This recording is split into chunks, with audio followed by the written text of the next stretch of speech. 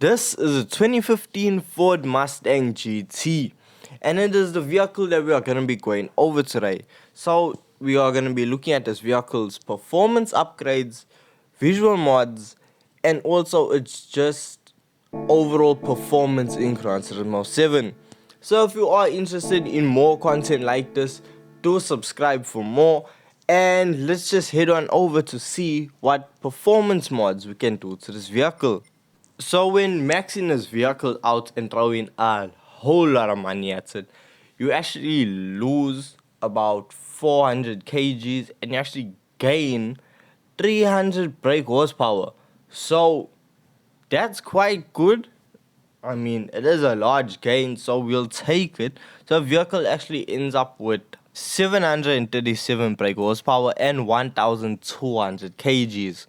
So power to weight ratio on this vehicle is actually quite good, so it should be balanced through the corners if we are lucky, and along the straights 700 horsepower isn't really pushing on the 400 kilometer per hour mark, so we're just gonna have to see, and that's actually what we check out after customization, so stick around for that. After slapping on a wide body, we come over to see what individual customization parts it has. So no rear bumper customization because we applied the wide body. Now spoilers, we had wingless, a small ducktail lip, or your customizable spoiler. It's up to you. Me, I'm a ducktail type of a guy. Now the thing is, with this vehicle, I was thinking of going something along. I wanted it to look like a retro modern muscle. I know that makes no sense, but that's what I went for. So these American racing wheels, honestly, it took the cake. Genuinely, it was giving me Gone in 60-second vibes, Eleanor vibes. So I knew, alright, these are the wheels I'm going for. Had to slap on 21 inches because, hey, if it can take it, let it take it. You know what I'm saying? That sounded a bit sus. So we carried on a customization, slapped on some, just a little bit extra in there, put a roll cage in. Why did I say roll? Put in a roll cage, and then I thought, you know what? Let's see what liveries we can apply to this. And I found one I liked, but then I didn't like it. So we just painted the vehicle. Okay, yes, I know the vehicle is looking a little bit bland now, but I will go back and add a stripe to the side skirts or along the hood. Probably the side skirt more. I don't know. Let me know what you think in the comments. So now we're just gonna go ahead and see what this vehicle performs like out on track. So we start off with a top speed run, and we're already doing 345 kilometers per hour. And Jimmy, this is more than I expected from this vehicle already. So we're actually starting our climb now up the hill, and then on the descent we'll see what the top speed is. But on a standard flat piece of ground, 345 kilometers per hour is the top speed.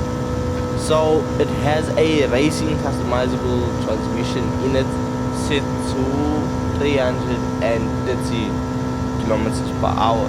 So as you can see on our descent now, 351 kilometers per hour, 352. It's slowly climbing, but 353, you saw it just ticked over there. Wasn't for long, but just ticked over, and then we started leveling out again. So 353 is what it can do going downhill, and 345 on a flat piece of ground. Generally, more than I expected. We then took it to Daytona, and I wanted to see if this vehicle could beat either the Hellcat or the 350R, because that's the benchmark that I'm expecting for this vehicle. I'm not expecting getting up to the top. No, we're not that good. We're not crazy fast. We don't have tons of downforce or anything. It's just a standard road car. So the bottom 5, that's where I'm expecting this vehicle to get. Okay, so the Mustang has no traction, it has racing soft tires, so it has the grippiest tires it can get. So the vehicle actually didn't slide as much as any of the other vehicles, which is surprising because 700 horsepower, it should still be lighting up in rear tires. So as you can see, it takes the corners really nicely. However, if you do accelerate too early, then the car's gonna break traction and it's gonna slide. Now this turn is a bit hair raising, like if you don't just lightly let off the throttle, you will be going flying, you will be mowing the grass. So as you can see, we just taking a gentle approach with this vehicle to make sure, hey, it does get around the track and it gets around the track quickly. You know what they say, the tortoise and the hare, you know the story. Yeah. You don't need to rush it because then, hey, you're gonna lose, you think you're too fun. Why am I speaking? You know the story.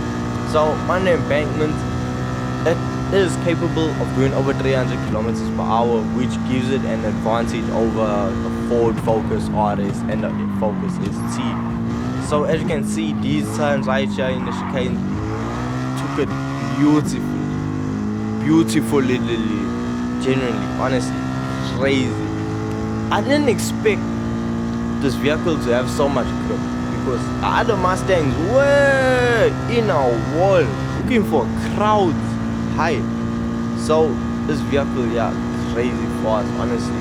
Such a fun vehicle, and it sounds amazing, honestly. And with a time of 143.9, it actually put us in the top 5. Mind blowing. So it's a 700 horsepower vehicle, rear wheel drive. Of course we're gonna throw a corner at this thing. We need to see how well it can drift. So that's exactly what we are gonna do.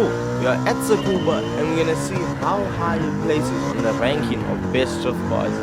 Well, best score I've gotten. So not waste any time, and here's the run. I genuinely adore the cinematic cameras that Gran Turismo gives sometimes. So this vehicle, yeah, tap on the handbrake, you are able to full throttle it in some areas, but throttle control is the name of the game with this vehicle. So you can't be just balls to the walls 24/7. You will unalive yourself. So just be careful with that. Generally, I think with drifting the track so often, I am becoming better at it, so I know the lines to take, and I think that might have counted towards why the score was so high. So the Mustang able to lay its power down, get a little bit in the grass there, but genuinely the slide on this vehicle is incredible. It just has the right amount of power to just break traction and just keep it still under control. So, you know, we had to cheese the points here. Honestly, just left, right, and around the first turn or the final turn, and just, wow, a little bit in the grass there. What a clipping points. I thought I was about to lose all my points, but we didn't. Banged into the wall, but that's not the point. The point is, we set almost 32,000 points run. This is my personal best from this Mustang. So we went to the top of the leaderboard. Generally, I am so impressed with this Mustang because it's cheap, power, we got everything we need in a Mustang. I know I said the Focus RS, best Ford. This is giving a run for its money. No lie. With drag racing, it showed how it really is a Mustang. It tried to kill the crowd multiple times.